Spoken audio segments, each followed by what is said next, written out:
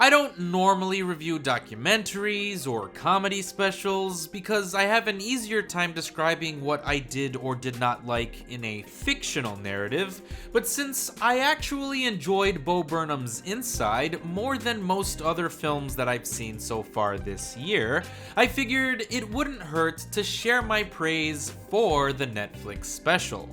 Bo Burnham is a lyrical genius. I've been a fan of his ever since his music video for Oh Bo, which is officially 10 years old now, and that makes me feel old as shit.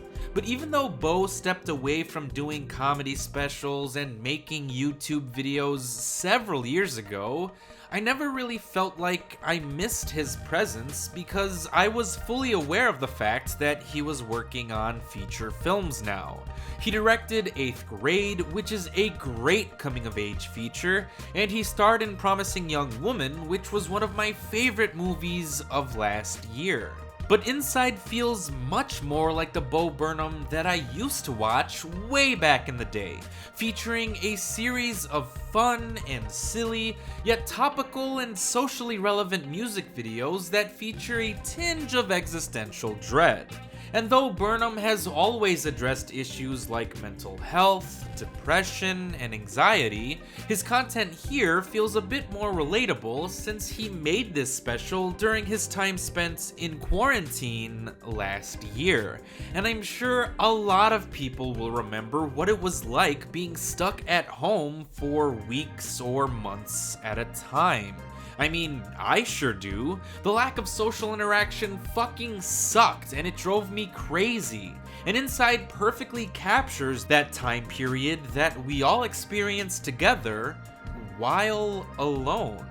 So even though the special contains a number of fun, meta, and catchy songs like Welcome to the Internet or White Woman's Instagram, overall, it clearly showcases Burnham's steadily declining mental health as he spent more and more time by himself. So I hope that he gets, or has gotten, the help that he deserves. Burnham is such a creative and talented guy. I mean, he made an entire special while alone in his bedroom, and it's incredibly engaging and topical and wildly original. I wish I could be half as creative as this guy. I can't even make my own content. I just sit here and talk about stuff that other people have made. So Burnham's song, Turning 30, is definitely gonna hit me hard in a couple of years.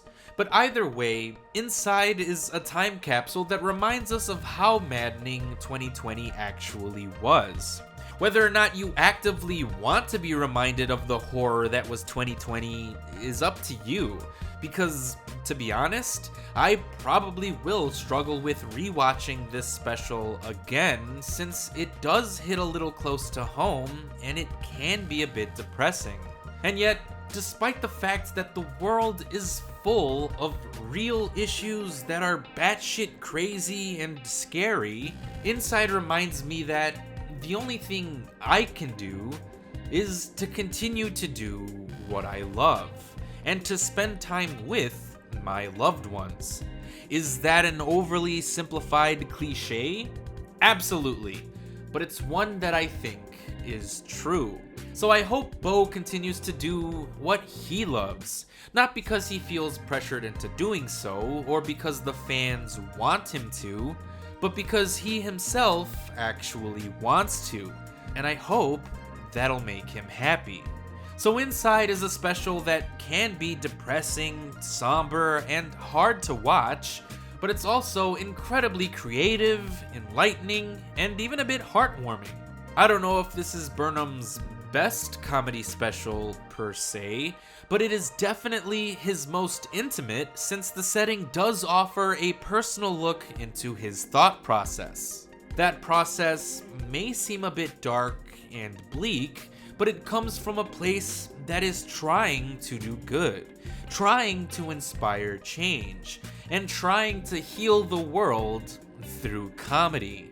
And for that, I would likely give Bo Burnham's Inside 3.5 out of 5 stars. Thanks for watching.